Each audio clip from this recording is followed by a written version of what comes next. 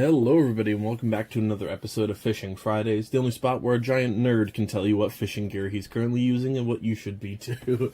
Today I bought my favorite and most wanted reel, so very excited about that. I got to take it out a couple times so far, and actually try it out, so I got some first impressions on it as well, so that is why it is lined compared to the rest of the reels I've reviewed so far, which were straight out of the box, just first impressions on it, without actually trying them out just yet. So this is the Garcia Zata. Now this is the quote-unquote older model. They do have a light blue version for this year that looks great. However, you can still find this at almost any retailer, including Garcia's website themselves. It does retail for about $190 to $200 and comes in a couple different sizes, either a 20 or a 40. This is a 40, and I paired this with the brand new St. Croix Mojo Bass spinning rod that I reviewed a couple weeks back. So great looking rod onto my personal favorite reel that I've ever seen. I love it. That matte gray, the matte green with the red trim really sold me on it. Obviously though, don't buy a $200 reel just for the looks. Make sure it is a good reel, and the reviews for this thing have been pretty much excellent across the entire board. And based on my first impressions, it is just that. It is a fantastic reel, and I absolutely love it. Came with a nice little bag as well to carry it around in case you don't want it on the rod at all times. As for my line choice, yes, I went colorful on this one. This is the Suffix Superline braid, which is probably my favorite braid at this point. It's great. It costs a little bit more than some of the other brands, but it is fantastic. This is 30 pounds.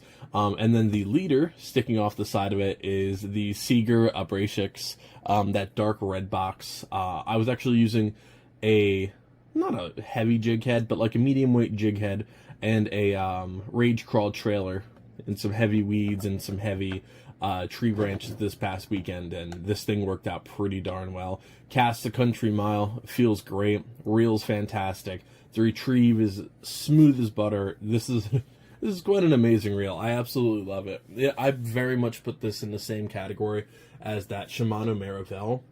Now, I want to see how it does perform, obviously, throughout this season. So this is going to be based off my first couple usages, primarily using a jig. I did some Texas rig with this as well, and everything worked out pretty well. As for the gear ratio, for those getting technical out there, this is a 6:2 to 1 with 11 bearings inside of it. Again, this is the size 40. If you're talking for braid, it holds about 210 yards. For size 14 braid. If you're doing mono, it goes 210 for 10, 180 for 12, and then 150 yards if you're using 14-pound mono. Again, I prefer braid on most of my reels at this point, and then I just do a leader from there. And then for the max drag, a little low at 14 pounds, but again, we're going to see how this holds up against some bass fishing throughout the rest of the year. I love it.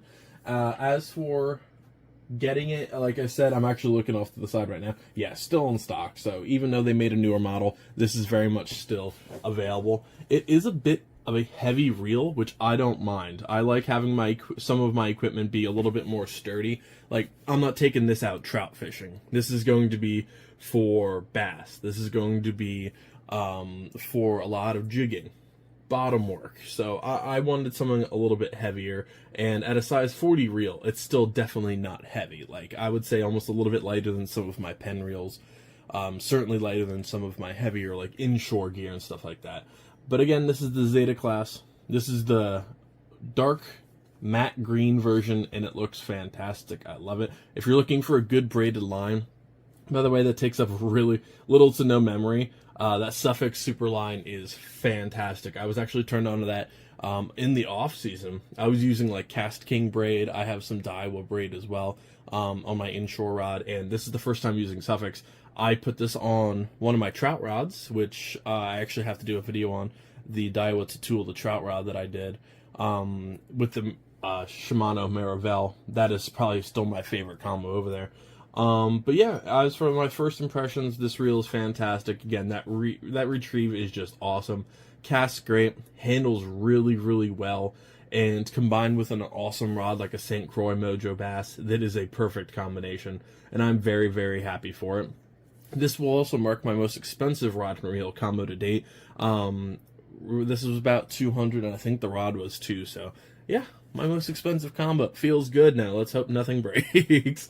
But yeah, so if you're looking for a pretty good, an awesome reel, I definitely recommend this. If you're okay ordering off of Amazon, they also do run a lot of sales in this. I believe Cabela still had this in stock as well. And of course, you can order it from Abu Garcia's website. Abu Garcia and I don't get along with them at all. They're a great brand. They have some quality issues with a lot of their like lower gear. I've had horrible customer service through their manufacturer, so I'm not the biggest Abu Garcia guy just because my experience with their customer service has been the worst out of any brand that I've ordered from, but this reel is fantastic. And again, it was my most wanted reel for a reason. I mean, incredibly smooth, not a single sound to be heard. It is fantastic. I absolutely love this reel, and you know what? They say looks are meant to catch fishermen, not fish, and I 110% agree with that. However, that is a darn good looking reel. I love it. And honestly, you know what? If a product looks great and performs great, go for it. You know, I'm not going to say you have to be that guy that wants all of your gear to look, you know, the best colors in the world and you don't have to match them. But I'm going to tell you right now, if somebody like Dark Matter ever makes a rod in this color or something similar, I'm going to buy it specifically for that. The Dark Matter, I forget what it is. The multiverse spinning rod is like bone white, kind of like you would use on a Super Spook or on most top water lures. You have that like off eggshell white or bone white color. They have a spinning rod in that. And I'm going to tell you right now, that is coming home at some point during this season. I'm absolutely going to get the medium light version of that and use it for like wacky rigs only or something stupid.